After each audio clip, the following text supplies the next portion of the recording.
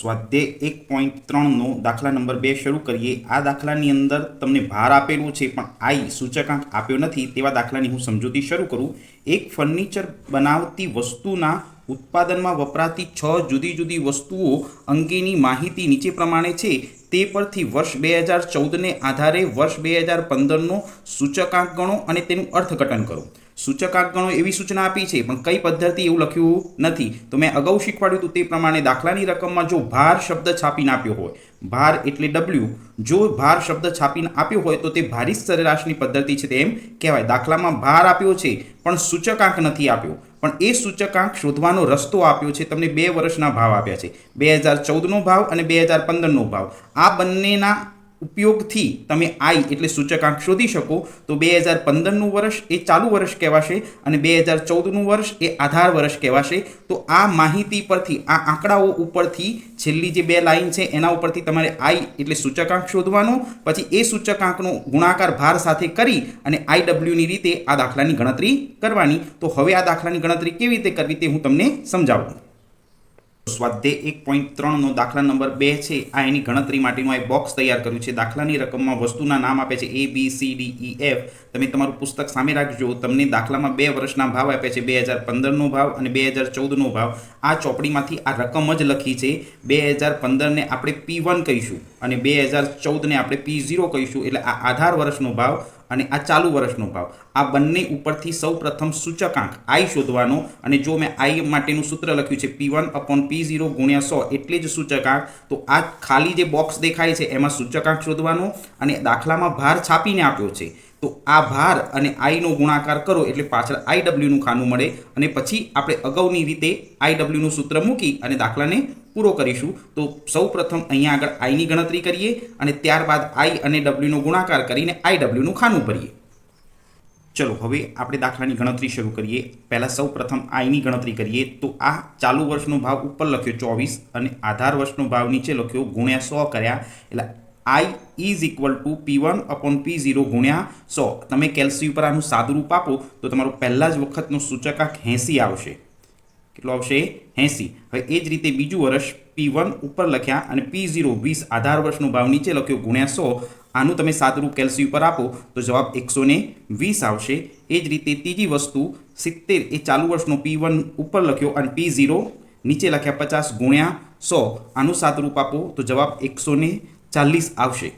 ચલો એ જ રીતે હવે ડી, તો ચાલુ વર્ષનો ભાવ ઉપર લખ્યો, આધાર વર્ષનો ભાવ 32 નીચે લખ્યો ગુણ્યા 100 કર્યા, તો આનો આન્સર, આનો સૂચકાંક 125 આવશે। આ બેનો ગુણાકાર અને 32 વડે ભાગી નાખીએ। ફરીથી આગળ જઈએ। ઈમાં ચાલુ વર્ષનો ભાવ 48 ઉપર લખ્યો, આધાર વર્ષનો 40 નીચે લખ્યો ગુણ્યા 100 કરો તો આનો સૂચકાંક 120 આવશે। અને એફ વિભાગમાં, એફ વસ્તુ માટે 24 ઉપર લખ્યા અને 16 નીચે લખ્યા ગુણ્યા 100 કર્યા, તો આનો સૂચકાંક 150 આવશે। તો અહીંયા હવે આ રીતે આઈનું આખું ટેબલ તૈયાર થઈ ગયા પછી આઈનો ગુણાકાર W સાથે કરવાનો અને IWનું ખાનું ભરવાની શરૂઆત કરવાની। તો આ Wનો I સાથે ગુણાકાર કરીએ તો 80 ગુણ્યા 17 કરો તો 1360 રૂપિયા આવશે। પહેલો ગુણાકાર આ બંનેનો કરવાનો 1360 રૂપિયા, પછી 120 અને 15નો ગુણાકાર કરવાનો, 120 અને 15નો ગુણાકાર કરવાનો એટલે 1800 રૂપિયા આવશે। આ થોડુંક ઉપર નીચે લખાઈ ગયું છે। ચલો હવે સી વસ્તુ માટે, સીનો સૂચકાંક 140 છે, એનો 22 સાથે ગુણાકાર કરવાનો, આ બંનેનો ગુણાકાર કરો એટલે જવાબ 3080 આવશે। હવે 125 ડી વસ્તુ માટે અને ગુણ્યા 16 કરશો એટલે આ બંનેનો ગુણાકાર કરો એટલે જવાબ 2000 આવશે। આ IWનું ખાનું તૈયાર થાય છે। હવે ઈ વસ્તુ માટે 120 ગુણ્યા 12 કરો એટલે 1440 ગુણાકાર થશે, અને એફ વસ્તુ માટે 150 ગુણ્યા 18 કરો એટલે 2700 એનો ગુણાકાર થશે। આ IWનું ખાનું તૈયાર થઈ ગયું। ચલો હવે આ ડબલ્યુનું ટોટલ કરવાનું એટલે ભારનું કુલ ટોટલ કરવાનું એટલે સિગ્મા ડબલ્યુ મળશે, અને આઈ અને ડબલ્યુનું ટોટલ કરવાનું એટલે સિગ્મા IW મળશે। આ બંનેનો સરવાળો કરી અને સૂત્ર મૂકીને ગણતરી કરવાની છે। સિગ્મા ડબલ્યુની વેલ્યુ 100 થાય છે અને સિગ્મા IWની વેલ્યુ 12380 થાય છે। આ બંને કિંમતનો ઉપયોગ કરી સૂત્ર મૂકી અને હવે આગળ ગણતરી કરીએ। ચલો હવે સામાન્ય સૂચકાંક એટલે આઈની ગણતરી શરૂ કરીએ તો સૂત્ર મૂક્યું સિગ્મા આઈ ડબલ્યુ અપોન સિગ્મા ડબલ્યુ. હવે સિગ્મા ડબલ્યુનું ટોટલ 100 છે અને આઈ ડબલ્યુનું ટોટલ 12,380 છે, તો ઉપર 12,380 લખ્યા ભાગ્યા 100. આ બંનેનો ભાગાકાર કરો એટલે કેલ્સી ઉપર 123.80 દેખાશે. તો આ જ તમારો સામાન્ય સૂચકાંક આવ્યો. પણ દાખલામાં એક વધારાનો મુદ્દો પૂછ્યો છે, અર્થઘટન કરો. તો આ સૂચકાંકમાંથી આધાર વર્ષનો સૂચકાંક 100 બાદ કરવાનો એટલે કેટલા ટકા વધારો થયો છે તે ખ્યાલ આવે. તો ભાવમાં 123.80 માંથી માઇનસ આધાર વર્ષનો સૂચકાંક 100 બાદ કરીએ જેટલો વધારો થયો છે તેમ કહેવાય. આ એનું અર્થઘટન કહેવાય. જો દાખલામાં પૂછ્યું હોય તો તમારે ફરજિયાત લખવાનું. અહીંયા આગળ દાખલો પૂરો કરું છું. હવે આગળ બીજો દાખલો ભણીશું. ચલો વિદ્યાર્થી મિત્રો, 56 નંબરના પેજ ઉપર સ્વાધ્યાય 1નો એફ વિભાગનો 8મો દાખલો આ જ રીતનો છે. તો હું તમને એની રકમ સમજાવું અને પછી દાખલાની ગણતરી બતાવું. નીચે આપેલ વર્ષ 2015ના ઔદ્યોગિક ઉત્પાદનના જથ્થા અને ભાર અંગેની માહિતી પરથી ઔદ્યોગિક ઉત્પાદનનો સૂચકાંક ગણો અને તેનું અર્થઘટન કરો. આમાં પણ સૂચકાંક ગણો એવું લખ્યું છે, પણ દાખલાની રકમ નીચે જુઓ ને તો તમને દાખલામાં ભાર આપેલો છે.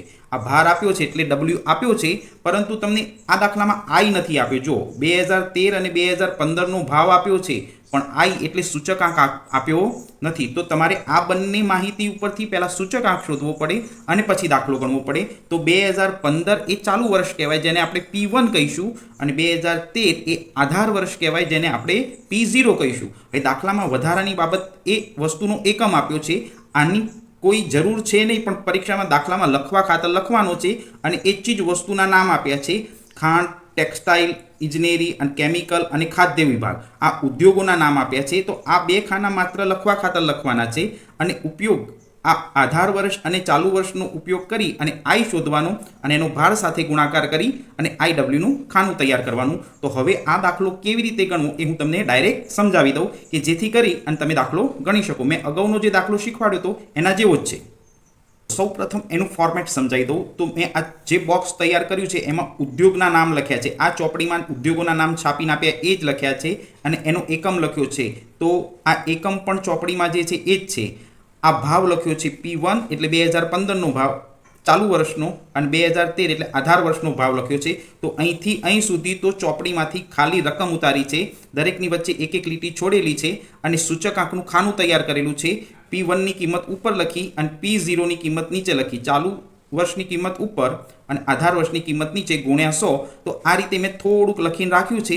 હવે અહીંયા આગળ જે જવાબ મળશે એનો W સાથે ગુણાકાર કરીશું એટલે IWનું ખાનું મળશે અને પછી દાખલો પૂરો કરશું. તો હવે આની ગણતરી હું આગળ સમજાવું. ચલો હવે હું તમને આ દાખલાના ફટાફટ ગુણાકાર અને સરવાળો બાદબાકી બતાવી દઉં.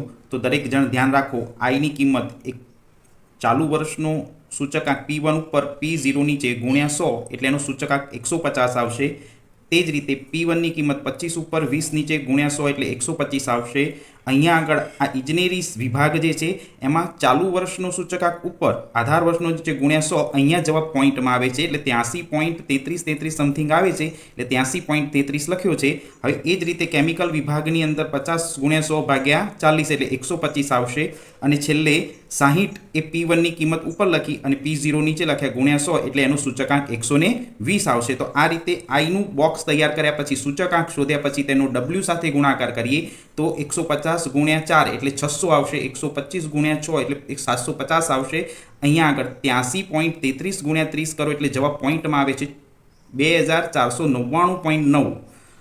અહીંયા આગળ 125 ગુણ્યા 3 કરો એટલે 375 આવશે અને 120 ગુણ્યા 4 કરો એટલે 480 આવશે. એટલે આઈ અને ડબલ્યુનો ગુણાકાર કરી અને IWનું ખાનું તૈયાર કરવાનું. હવે દાખલામાં ડબલ્યુનો સરવાળો કરી અને સિગ્મા ડબલ્યુ શોધવાનો 47 અને IWનો સરવાળો કરી સિગ્મા IW શોધવાનો 4704.9. આ બંને કિંમતનો ઉપયોગ કરવાનો. સિગ્મા IWનો સરવાળો કરીએ એટલે 4704.9 આવે છે. આ બંનેનો ઉપયોગ કરી સૂત્ર મૂકી અને સામાન્ય સૂચકાંક શોધવાનો. ચલો હવે સામાન્ય સૂચકાંક આઈનું સૂત્ર મૂકીએ. Sigma IW upon sigma W. Sigma IWનો સરવાળો 4704.9 ભાગ્યા 47 કરો એટલે કેલ્સી ઉપર 100.10 આવશે. આ તમારો સામાન્ય સૂચકાંક આવ્યો. પણ પરંતુ તેનું અર્થઘટન પૂછ્યું છે. તો ઔદ્યોગિક ઉત્પાદનમાં 100.10 માંથી એનો આધાર વર્ષનો સૂચકાંક 100 બાદ કરીએ એટલે ઇઝ ઇક્વલ ટુ 0.10% જેટલો વધારો થયો તેમ કહેવાય. તો અહીંયા આગળ આ એક રીતના બે દાખલા પૂરા કર્યા. ચલો વિદ્યાર્થી મિત્રો, સ્વાધ્યાય 1.4 નો પહેલો દાખલો. આ પણ ભારિત સરેરાશનો દાખલો છે, પણ આમાં એક મુદ્દો વધારાનો છે, માટે આ દાખલાની શરૂઆત કરીએ. મધ્યમ વર્ગના કુટુંબની અંદાજપત્ર તપાસ પરથી નીચે મુજબની માહિતી મળે છે. તે પરથી વર્ષ 2013ના સાપેક્ષમાં વર્ષ 2015ના જીવન નિર્વાહ ખર્ચમાં કેટલા ફેરફાર જણાય છે તે સૂચકાંક પરથી મેળવી જણાવો. અને જો વર્ષ 2013 દરમિયાન કોઈ કુટુંબ ખર્ચ પાત્ર સરેરાશ માસિક આવક 15,000 હોય તો તે વર્ષ 2015 દરમિયાન જરૂરી ખર્ચ પાત્ર સરેરાશ માસિક આવકનો અંદાજ મેળવો. આ એક છેલ્લો પોઈન્ટ જે છે એ વધારાનો પ્રશ્ન છે. તમારે એનો સૂચકાંક તો મેળવવાનો જ છે, પણ વર્ષ 2013માં તે પરિવાર 15,000 રૂપિયા કમાતો હતો. જો સૂચકાંક વધે તો 2015માં એને કેટલા રૂપિયા આવક મેળવવી પડે એનો અંદાજ મેળવવાનો છે. આ દાખલાની અંદર એક પદ મૂકીને છેલ્લું એક સ્ટેપ વધારાનું કરવાનું છે, તે હું તમને આ દાખલામાં સમજાવું. હવે આ દાખલાની નીચેની રકમ સમજીએ એ પ્રમાણે ખોરાક, બળતણ, ભાડું, કપડાં અને પરચુરણ ખર્ચ, આ એનો ભાર આપ્યો છે. દાખલામાં ભાર આપ્યો હોય એટલે મેં તમને સમજાવ્યું છે કે ભારિત સરેરાશની પદ્ધતિનો ઉપયોગ કરવો પડે. દાખલામાં આઈ નથી આપ્યો, પણ આઈ શોધવા માટે 2 વર્ષના ખર્ચના આંકડા આપ્યા છે. 2013ના ખર્ચના આંકડા છે અને 2015ના આંકડા છે. તો 2015 એ ચાલુ વર્ષ કહેવાય અને 2013 એ આધાર વર્ષ કહેવાય. આધાર વર્ષ એટલે P0 અને 15 એટલે P1. P1 અને P0 ઉપરથી આઈ એટલે સૂચકાંક શોધી શકાય. તો દરેકે દરેક ખર્ચનો સૂચકાંક શોધી અને પછી ભાર સાથે ગુણાકાર કરીએ એટલે આ દાખલો ગણી શકાય. હવે આ દાખલો કેવી રીતે ગણવો એની હું તમને આગળ સમજૂતી આપું. ચલો, સ્વાધ્યાય 1.4 નો પહેલો દાખલો ચોપડીના પાના નંબર 38 ઉપર આપ્યો છે. સૌપ્રથમ પહેલાં મેં એક નોંધ લખી છે. મેં સમજાવ્યું એ પ્રમાણે દાખલામાં આઈની કિંમત આપેલી નથી, એટલે આઈ શોધવા માટે એક સૂત્ર મૂકવું પડશે. આઈ ઇઝ ઇક્વલ ટુ P1/P0 ગુણ્યા 100. આ સૂત્રની મદદથી પહેલાં આઈ શોધીશું અને પછી ડબલ્યુ સાથે ગુણાકાર કરીશું. હવે દાખલાના ફોર્મેટની સમજણ આપી દઈએ. ચલો, હવે ચોપડીની અંદર આપેલ સમૂહ ખોરાક, બળતણ, ભાડું, કપડાં અને પરચુરણ ખર્ચ, એ જે સમૂહ આપ્યો છે મેં ઊભા ક્રમમાં લખ્યો.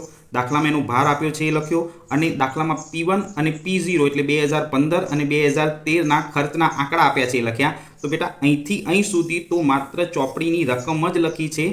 ત્યારબાદ આઈ માટેનું આ બોક્સ તૈયાર કરેલું છે અને IW માટેનું બોક્સ તૈયાર કર્યું છે. આ બે ખાનાની અંદર આન્સર લખી અને પછી સૂત્ર મૂકીને દાખલાની ગણતરી કરીએ.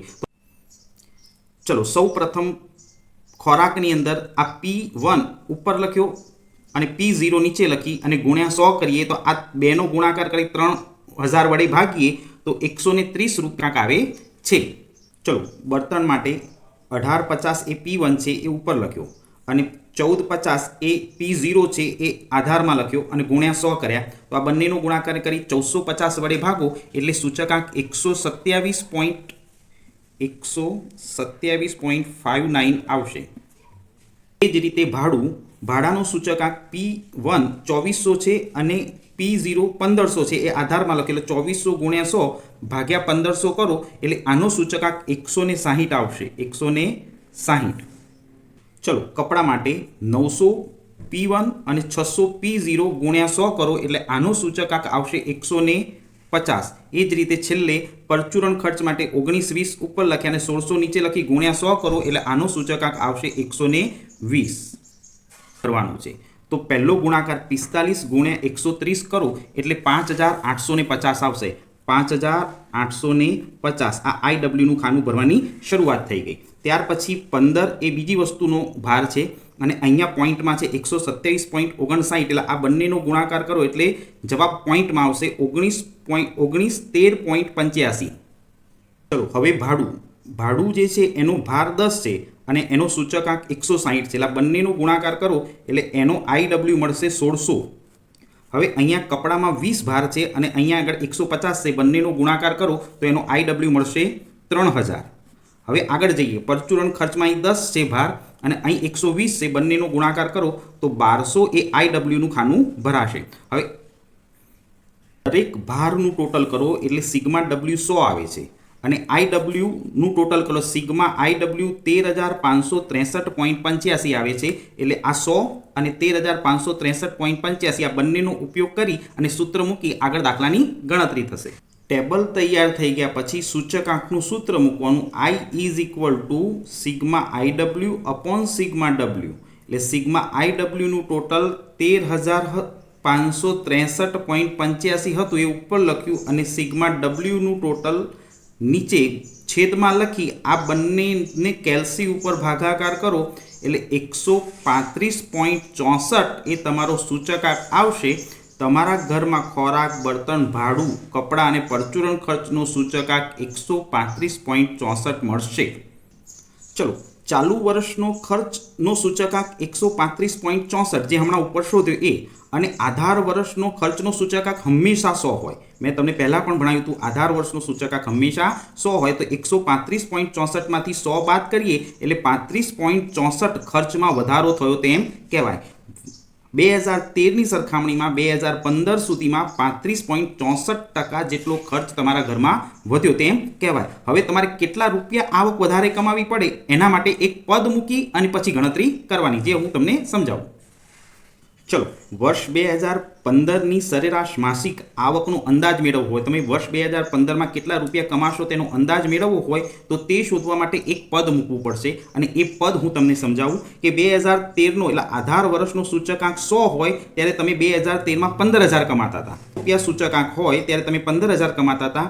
જો તમારું સૂચકાંક 135.64 થાય 135.64 થાય તો તમારે કેટલા રૂપિયા આવક મેળવવી પડે, આવું એક પદ મૂકી અને આની સાથે ગુણાકાર કરવાનો અને 100 વડે ભાગી દેવાના. ક્રોસમાં 15,000 ગુણ્યા 135.64 અને આ રકમ ભાગાકારમાં મૂકી દેવાની. હવે આનું તમે કેલ્સી ઉપર સાદું રૂપ આપો તો તમારે 20,346 રૂપિયા 2015માં કમાવા પડે.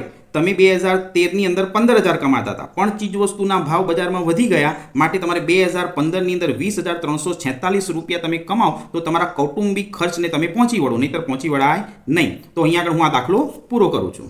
હવે ભારિત સરેરાશની રીતમાં આઈ ન આપ્યો હોય એવા દાખલા પૂરા કર્યા, પણ ડબલ્યુ ન આપ્યો હોય, ભાર ન આપ્યો હોય એવા દાખલા બાકી છે, જે હું તમને અલગથી વિડીયોમાં અલગ રીતે હું ભણાવી દઈશ. તો અહીંયા આગળ ભારિત સરેરાશમાં આઈ ન આપ્યો એવા દાખલા અહીં પૂરા કરું છું.